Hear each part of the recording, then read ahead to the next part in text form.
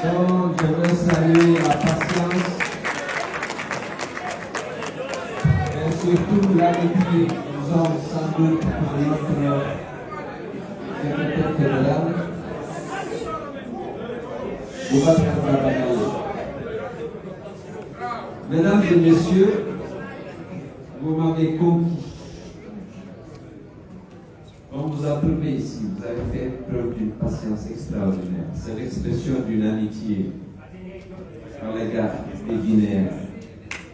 Et je voudrais, à travers vous, m'adresser à tous les Italiens.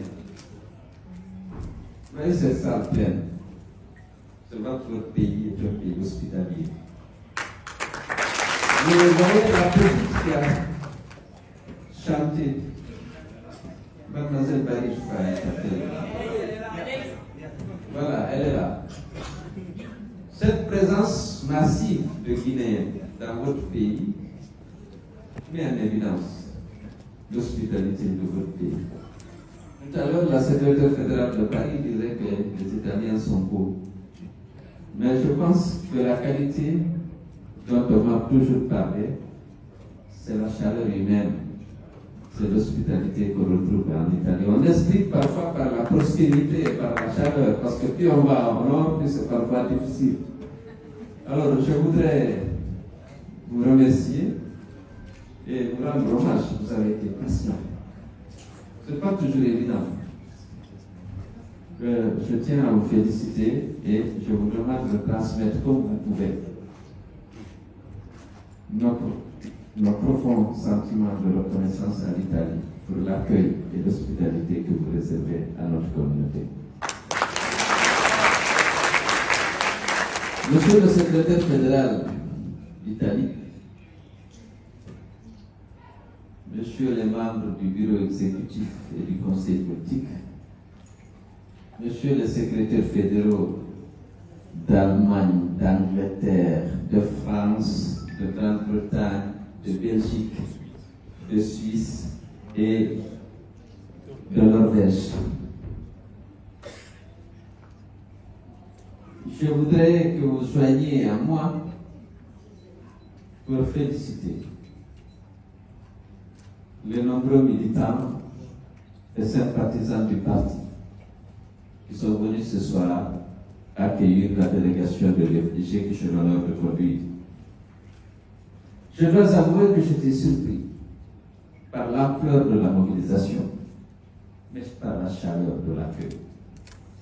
Il y a deux personnes qui m'ont ému. C'est la dame de Fadako, Baldé, et la petite mademoiselle Barry qui est venue ici. Je ne comprenais pas italien, mais ça m'a ému. Je voudrais donc vous féliciter. Si je dis que j'étais surpris, c'est vrai. Je m'attendais à une réception à Milan, mais je ne m'attendais pas à voir autant de monde et à une chaleur, à une joie, à Tedougal, Sifarou Lokwa. Je ne sais pas traduire ça. Parce que cette présence, cette discipline illustre le respect, la considération que vous avez pour moi, mais qui est aussi le résultat de la confiance que vous portez en moi. Je veux vous remercier pour beaucoup de choses que vous faites et que vous allez faire pour soutenir notre combat. Mais la confiance qui est à l'origine de tous ces efforts, de toute cette générosité, de cette présence massive, de cette patience, de cette discipline, elle n'a pas de prix. Je ne sais pas comment exprimer ma gratitude pour cette considération et cette confiance que vous me portez. Tout ce que je puis lui dire, je serai digne de votre confiance. Je veux être le président de tous les Guinéens. Je vais tout faire pour mettre fin à l'injustice dans notre pays. Je veux me battre pour traiter tous les Guinéens sur le même pied et faire en sorte qu'il y ait l'égalité des droits et l'égalité des chances pour les citoyens de notre pays. On souffre du sous-développement, du déficit d'infrastructures, de la qualité médiocre de l'enseignement, des moustiques et des maladies. Mais le fléau le plus difficile à supporter, c'est l'injustice. La discrimination, la confiscation des ressources qui appartiennent à tout le pays, très souvent par les dirigeantes. Regardez l'état de nos routes, l'état de nos systèmes éducatifs, l'état de notre justice, l'état de notre administration. Voilà le vrai problème. Lorsque vous avez une administration efficace, débarrassée du laxisme, de la corruption, du favoritisme, le pays va se développer parce que Dieu a tout donné à la Guinée. Des enfants intelligents, c'est la première chose. Des mines, le tiers des réserves mondiales de bauxite, le meilleur fer au monde, de l'or, du diamant. Regardez nos infrastructures. 48% de la population vit en dessous du seuil de pauvreté. Nous exportons 90 millions de tonnes de bauxite. 90 millions de tonnes de bauxite. Le fer, les prix sont hauts. Le monde entier convoite les mines de fer du pays. Tout le monde est au pied des autorités. Pour le ciment, nous ne donnons pas. Forêt carrière, de le faire partout. Les Guinéens souffrent. Combien meurent dans la Méditerranée ou dans les déserts, à route pour l'Europe? Demandez à chacun ici comment vous êtes venus. La plupart ont emprunté ce chemin périlleux pour être là. Parce qu'il n'y a pas de perspective dans le pays. Il n'y a pas d'emploi. Et les gens n'ont pas reçu une éducation de qualité à l'école parce que l'école publique est en faillite. Et c'est pourquoi il a rappelé la priorité de l'UFDG, c'est l'éducation. Oui, oui. Parce que même un pays comme l'éduque ses enfants. Parce que même un jeune formé qui a un métier, s'il veut quitter la Guinée, mais qu'il vienne avec des atouts. Aujourd'hui, le monde est devenu un village. La compétition est impitoyable partout. Si vous n'armez pas votre enfant, même pour les emplois locaux, vous ne pouvez pas empêcher les autres citoyens de la CEDEAO, les Philippins, de venir compétir. Et le chef d'entreprise, il ne recrutera que quelqu'un qui peut lui garantir la prestation qu'il cherche. Un gouvernement ne peut pas, à égalité de compétences, il prenait les Guinéens. On ne peut pas obliger un chef d'entreprise à employer quelqu'un qui ne peut pas avoir le rendement qu'il recherche. Donc, l'éducation, c'est un facteur essentiel. Et lorsqu'ils vont finir, parce que lorsqu'il y aura un enseignement de base solide, s'ils veulent venir continuer leurs études dans les universités européennes ou nord-américaines, il faut qu'ils viennent armés face aux étudiants italiens, chinois, indiens, européens. Mais malheureusement, ceux qui réussissent sont obligés de faire des efforts énormes parce que l'enseignement de base n'était pas solide. Et c'est pourquoi l'UFDG fera de l'éducation sa priorité à deux secteurs. On ne peut rien faire si on n'a pas une administration tournée vers le développement, capable de délivrer des services de qualité. Une administration débarrassée de la corruption, de la médiocrité, du laxisme, de l'impunité. Une administration disciplinée et efficace. C'est elle qui pourra mettre en œuvre des projets de réforme dans l'éducation, dans l'agriculture, dans le tourisme. Partout, on a besoin d'abord d'une administration solide, capable de délivrer des services de qualité aux citoyens, aux investisseurs, aux entreprises. À côté, une justice qui sera un recours certain pour les citoyens, d'abord, qui dira le droit. Les entreprises étrangères et guinéennes, les investisseurs étrangers et guinéens, il faut, lorsque vous êtes vous avez un conflit, il faut que vous ayez une justice sûre qui dira le droit. Donc voilà les axes. Ce que nous ferons, les infrastructures, vous savez, je sais faire. J'ai eu l'opportunité. Si j'étais investi en 2010, aujourd'hui, il n'y aurait pas une seule préfecture qui n'était pas désenclavée par une route bitumineuse. Bravo! Lorsque je vais à Dakar et à Abidjan, vers le Sénégal, je vois ce qui est fait. J'aurais fait autant. Parce que je sais comment faire. J'avais déjà un schéma depuis que j'étais ministre de TP pour désenclaver toutes les préfectures de Guinée par des routes bitumineuses. Et non seulement on aurait entretenu ce qui existe, mais on aurait fait l'extension du réseau des bitumes. Il y a des axes prioritaires. Et comme pour ce que j'ai pu faire parce que j'étais là, aucune région n'est privilégiée, toutes les régions sont prioritaires. Maintenant,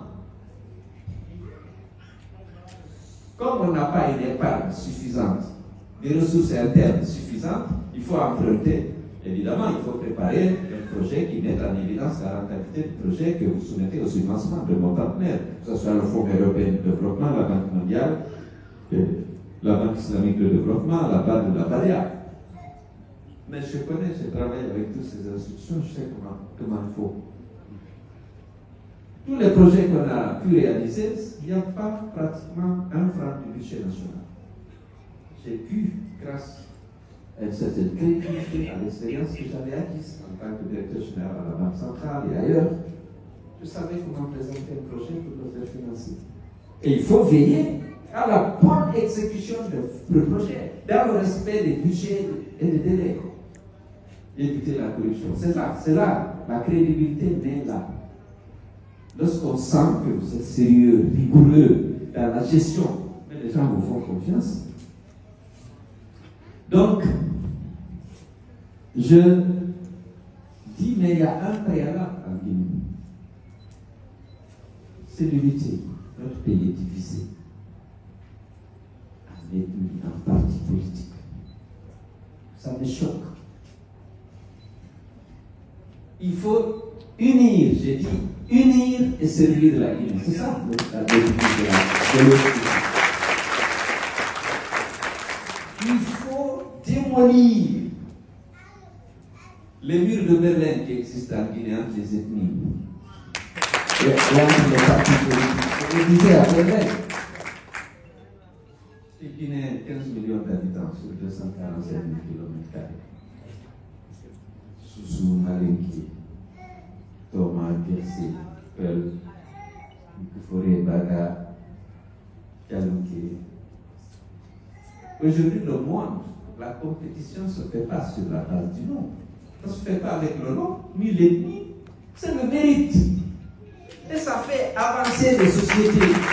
Parce que lorsque les gens savent que c'est le mérite, chacun fait des efforts pour se doter des capacités pour compétir.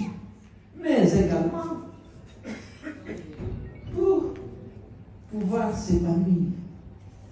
Mais s'il y a la discrimination, ça va le pays en arrière. Parce que vous allez choisir l'entreprise la moins compétente qui n'est pas toujours la mieux disante dans votre appel d'offres. Lorsque vous recrutez le militant de votre parti ou vous recrutez le ressortissant de votre région, non seulement il y a l'injustice et la discrimination, mais la prestation ne sera pas à la hauteur. Le rendement sera fait et c'est l'économie, c'est tout le pays qui fait du surplace. Choisissons les meilleurs. Ça ne signifie pas qu'il faut abandonner les autres. Il faut aider les populations vulnérables de manière transparente. Lorsqu'on dit que c'est les pauvres, on sait comment les identifier. Je ne cherche pas à savoir Si tu es pauvre à l'Eloma, ou à Lola, si tu es à Yukoukoun ou à Beko, on les identifie. Mais lorsqu'on a une administration efficace, on a un État civil fiable, on a des statistiques fiables, ça c'est le rôle de l'État, d'avoir des statistiques fiables. Alors vous savez comment identifier déjà. Nous allons partir d'un État moderne en Guinée. C'est possible. Ce désordre, cette pagaille qui règne, ce n'est pas ma fatalité. Tout aujourd'hui, on peut s'inspirer.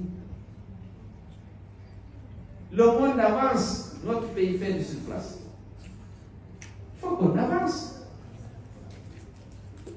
Donc nous avons l'ambition. Ce que j'ai dit, nous, ce n'est pas moi. C'est vous qui êtes à l'UPDG. Parce que vous êtes là pour ça. Vous voulez que la Guinée change. Pas pour vous, personnellement. Mais lorsque ça change pour tout le pays, ça change pour vous. S'il y a la justice, s'il y a de bonnes infrastructures, s'il y a un enseignement de qualité, s'il y a une justice au service de tous les agents économiques et des ménages, beaucoup d'entre vous peuvent aller investir dans votre pays. Aujourd'hui, notre projet auquel la Guinée croit, la majorité des Guinéens croient à notre sincérité, à l'effet. Mais ça a effrayé les autres, qui veulent que la Guinée fasse de ce place, qui ont peur des réformes qui permettront à la Guinée d'être un État moderne, un État démocratique, un État régi par les règles et les principes de l'État de droit. Il y en a qui ont peur, il y en a qui sont jaloux. Nous sommes une force respectée à l'extérieur, parfois redoutée à l'intérieur. Notre poids électoral est connu par nos adversaires. Ils ne veulent pas aux élections. Ils ne veulent pas aller à des élections transparentes et inclusives. Parce que l'UFDG a conquis la confiance des Guinéens. Malgré toute la campagne qui a été menée contre notre parti, les Guinéens ont compris. On a tendance à dire non, c'est un parti qui est dans une région. Ce n'est pas vrai. On a les résultats des élections de 2020 par bureau de vote de votre préfecture. Mais il fallait, pour justifier les hold-up électoraux auxquels qu'on imposait au pays, il fallait dire non, le l'UFDG a perdu parce qu'il y a une seule région qui vote pour elle. Ce n'est pas vrai. Continuons notre combat, c'est pour la Guinée, à rassurer. Ce travail, c'est nous tous qui le ferons. Il y en a qu'on a induit en erreur depuis 2010 pour qu'ils quittent le FDG. Mais à l'intérieur, la question est réglée. Les gens ont compris qu'on les avait induits en erreur. Certains l'avaient effectivement été en 2010. On m'a dit, ah, si vous votez d'Alain, il y a ça et ça. Des histoires.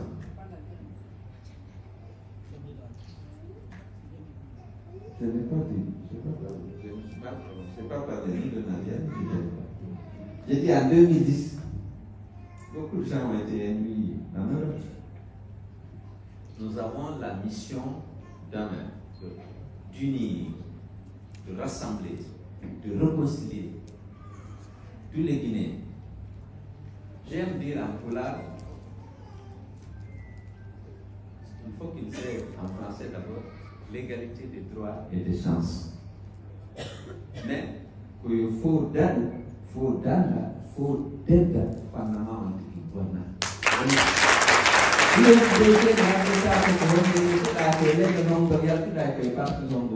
Les citoyens guinéens, tes droits seront respectés. Tant qu'on ne fera pas ça, le pays est exposé à des risques d'instabilité, de violence. Seule la justice, l'égalité des droits, l'égalité des chances, la reconnaissance du mérite, sans sacrifier ceux qui n'ont aucun mérite. Il y aura un dispositif pour les aider à vivre dignement, parce que le pays est riche. Mais on aura l'égalité des chances pour accéder à la fonction publique, pour être recruté dans l'armée, pour avoir accès au marché public. On aura l'égalité des chances. L'égalité des chances commence par l'école. Il faut que les filles et les garçons aillent à l'école. Parce que l'égalité des citoyens aussi, c'est l'égalité entre l'homme et la femme. Mais ça doit commencer à l'école. Il faut que les jeunes filles aillent à l'école. On trouvera des moyens d'inciter, d'encourager l'inscription des filles à l'école au même titre que les garçons. Une mère qui a été à l'école éduquerait mieux ses enfants qu'une mère qui n'a pas été à l'école. Même dans le respect de l'hygiène. Parce qu'elle sait les conséquences du non-respect de l'hygiène plus que celle qui n'a pas été à l'école. Elle connaît les conséquences. Mais on a peur de l'UFDG. Malheureusement, on a discrédité son parti. Vilipendé son leader. Il n'y a pas ce qu'on a fait. Parce qu'on n'a pas arrivé à neutraliser le parti. Notre résilience, notre résistance, les gens ne réalisent pas. Pendant 10 ans, on a tué, détruit les maisons, décimé le bétail, emprisonné les gens. 250 morts. Je ne suis pas en train de me victimiser. La peur de la machine électorale de l'UFDG, de sa capacité de mobilisation. Regardez ça. Actuellement, les gens nous regardent, certains avec administration, admiration, d'autres avec jalousie. Personne, vous êtes tous venus ici. On ne vous a pas envoyé de transport, on n'a pas envoyé des bus. Vous ne prenez rien, c'est vous qui cotisez, vous qui faites vivre le parti. Vous pensez qu'il y a deux partis en Guinée qui vivent de la cotisation de communes? Vous pensez qu'en Afrique, il y a deux partis qui peuvent sortir au niveau de la capitale 1 500 000 militants pour faire une marche pacifique autorisée? Non. Donc, c'est votre confiance au parti, votre confiance à votre leadership qui fait la force du parti. Les gens se demandent, mais comment l'UFDG fait? Mais c'est ça, vous avez confiance. Vous aimez votre pays, vous êtes des patriotes. Vous savez que la solution passe par l'UFDG au pouvoir. Parce que vous savez bien qu'on ne raconte pas des histoires, c'est que nous disons ce que nous allons faire. Et ce que nous faisons, c'est ce que nous allons dire. Et cette confiance, elle n'a pas de prix, je l'ai dit. Vous êtes là, vous avez abandonné, certains sont venus avec leur bébé, de leur propre chef. À l'intérieur, c'est comme ça. Je me souviens encore de la réception à laquelle j'ai eu droit à célébrer pendant la campagne. À route pour quelqu'un, dès qu'ils ont vu comment les gens étaient mobilisés pour me recevoir, ils nous ont bloqués à Togono. Certains qui sont là, il n'y a pas le puisque ce n'est pas moi, c'est la confiance qui a généré. Maintenant, on fait tout pour dire que la confiance là, c'est une religion. Mais c'est faux. Moi, je vais à célébrer la réception à laquelle j'ai eu droit à célébrer. Voilà. Les gens ont confiance.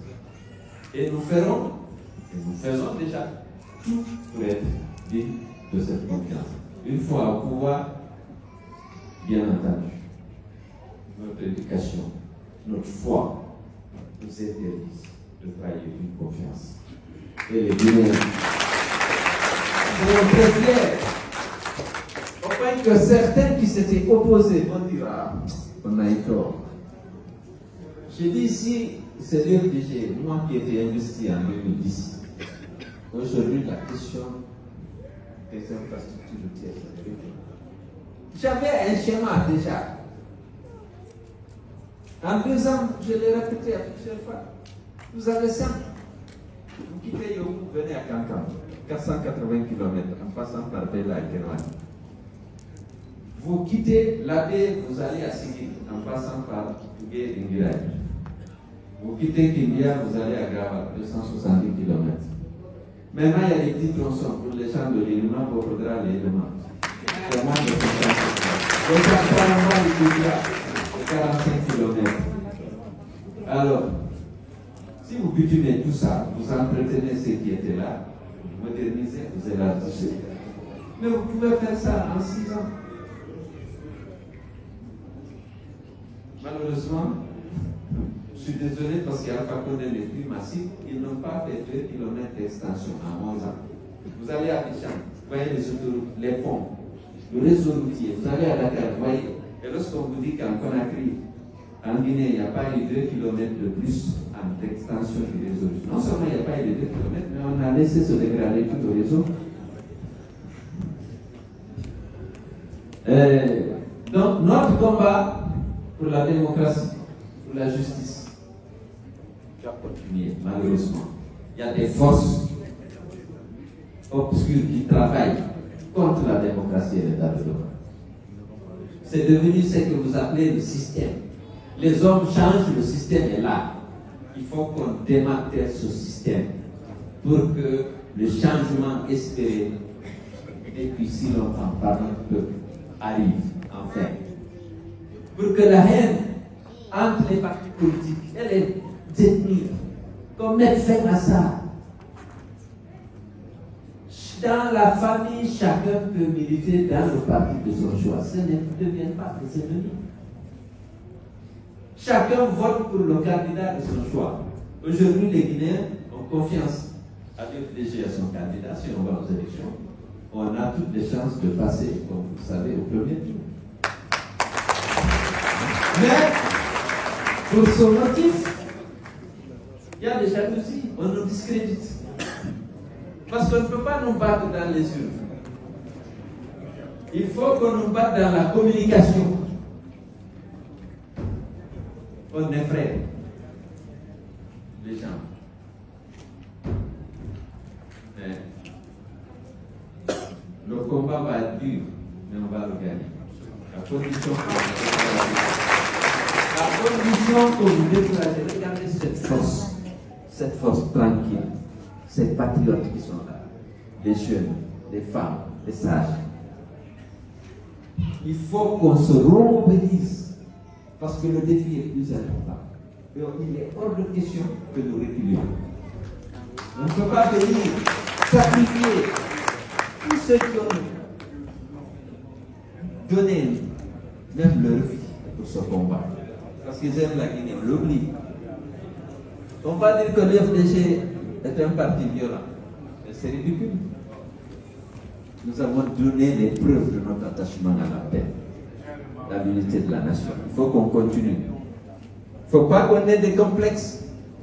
Il n'y a pas de complexe à avoir. Nous voulons que la Guinée change, que les Guinéens soient des frères et qu'ils soient unis autour des valeurs de démocratie, de justice. Ça demande des changements profonds, des efforts. Il faut investir davantage dans la sensibilisation, mais aussi dans le renforcement du pacte, dans la défense de nos idéaux. Je sais que certains étaient là depuis longtemps. J'ai beaucoup de choses à dire. Je ne voulais pas vous parler de moi, comme je dis hier. Vous avez exprimé votre solidarité, Madame la Présidente, vis-à-vis des injustices que c'est subi. J'ai donné ma vie à la Guinée. Une maison confisquée, détruite, ce n'est rien pour moi. Vous savez, ça m'a attiré plus de cette pratique parce que beaucoup de gens ont compris que c'est injuste. Et ça a contribué à discréditer le CNRD. Parce que les Guinéens sont là, ils sont vigilants. Ceux qui luttent, ce n'est pas seulement ceux qui vont dans la rue pour manifester.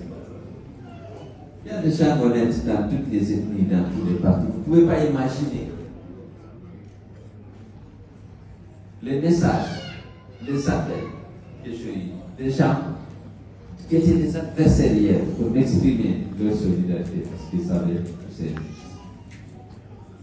Je ne veux pas en parler, c'est que j'ai déploré là-bas en tant que leader politique, puisque je ne veux pas avec vous. Depuis 13 ans, ce que j'ai déploré, c'est le recul du droit, le mépris de la justice. Ce n'est pas les 2200 mètres carrés ou les... C'est bien. Je dis que les idéaux pour lesquels on se bat sont plus importants. Si on libère les Guinéens de la peur, de l'injustice, de l'arbitraire, et qu'on développe ce pays, qu'on exploite les richesses immenses que la Providence a données au pays, au profit des enfants, pour améliorer la qualité de l'enseignement, pour moderniser les infrastructures, pour construire, bâtir une administration solide au service des citoyens, pour avoir une justice indépendante et forte qui nous dira que le droit, rien que le droit, et tout le droit. Si nous atteignons ces objectifs, on aura tout gagné. Parce que c'est l'histoire. Travaillons pour l'histoire, pour les générations futures. Et je sais que si demain, la Guinée sort de la médiocrité, du désordre, de l'injustice, beaucoup d'entre vous vont rentrer. Vous avez acquis des expériences ici. Beaucoup de gens aiment leur village. Je l'ai dit. Il n'y a pas eu d'immigration, je l'ai expliqué dans une interview, en disant qu'il n'y a pas eu de politique de développement rural. C'est l'objet rural qui favorise cette immigration. Mais au village, il n'y a pas eu de politique permettant de soutenir des activités productrices de revenus pour que les gens puissent vivre loin. Même le capital principal des sols n'ont pas été gérés. Les couverts végétaux est parti. Les cours d'eau ont tendance à disparaître. Parce qu'on ne fait rien pour protéger. On ne fait rien pour améliorer les conditions de vie du paysan. Parce qu'il faut que les rendements augmentent, que la productivité du travail agricole augmente. Et ça, aujourd'hui, c'est possible. Parce qu'il y a des résultats de recherche en Italie, en Europe, aux États-Unis, même en Afrique. Là où le pays, la Guinée avait des avantages comparatifs dans la production des agrumes qu'on exportait vers le Sénégal, ces filières-là sont mortes. Les vieux orangers qui sont là ne sont pas soignés. On n'a pas amélioré les semences, on n'a pas enrichi les sols, on n'a pas amélioré les plants. Il y a des choses à faire. Et comme je le disais, une fois, si vous avez un service agricole moderne, doté des moyens, des pépinières qu'il faut, beaucoup d'entre vous, dans son village, bon, je vais avoir un verger de 100 orangers. Pas les orangers où il faut monter 3 ou 4 mètres pour cueillir les oranges. On va amener des plantes qui ont des rendements plus élevés en jus et en nombre de fruits. Vous allez à la direction préfectorale ou sous-préfectorale de l'agriculture, voilà les plans, voilà la profondeur du trou, voilà les engrais qu'il faut mettre, voilà les trucs de fois à mettre, mais voilà les récoltes que vous pouvez faire. Si tout ça est en votre service, même si vous allez une fois par vacances, vous dites bon, je recrute 3 ou 4 personnes, j'ai un verger de 200 orangers, mais j'ai des plants qui sont connus, qui ont des rendements élevés, qui respectent les règles. Alors, je parle plus de développement. Je vais parler de politique, mais il fait tard. Il faut comment on compte sur vous. L'avantage de l'UFDG, c'est que 70% de la diaspora milite. Vous travaillez dans des pays où les revenus sont élevés. Vous pouvez aider. Vous avez beaucoup aidé. Vous avez beaucoup aidé. L'élection présidentielle de 2020, on l'a gagnée au premier tour. C'est aussi en partie grâce à votre aide. Il y a eu l'assistance technique, il y a eu l'assistance financière, il y a eu l'assistance à la campagne, il y a eu beaucoup d'assistance venue de la diaspora. Ces assistances ont permis vraiment encore de faire émerger notre faut qu'on continue. La lutte sera hardie, mais la victoire est de notre côté.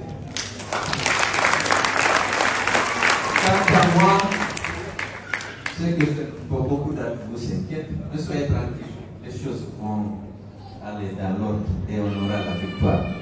La prochaine élection présidentielle. Mais il faut qu'on soit prêt. Hein? Il faut aussi qu'on soit prêt. Ça demande beaucoup de moyens et des stratégies bien réfléchies. Et là-dessus, on est là-dessus. Merci beaucoup aux uns et aux autres pour votre présence, pour votre patience. Les réunions prennent du temps. Il y en a qui sont venus loin d'ici. Et le parti a été bien implanté. Je voulais rendre hommage à Boubacar Mingelande. Il a un parti fort, implanté avec 6 sections et qui a passé le flambeau à Boubacar Babagale, qui essaie d'animer aussi le parti. Et ça avance. Et vraiment, je voudrais féliciter tous les deux Boubacar, Mingelande et Babagale. Vous tous qui leur faites confiance et tous les membres du bureau fédéral, tous les membres des différentes sections, et merci encore à ceux qui sont venus d'ailleurs des autres fédérations d'Europe. Merci beaucoup et je vous souhaite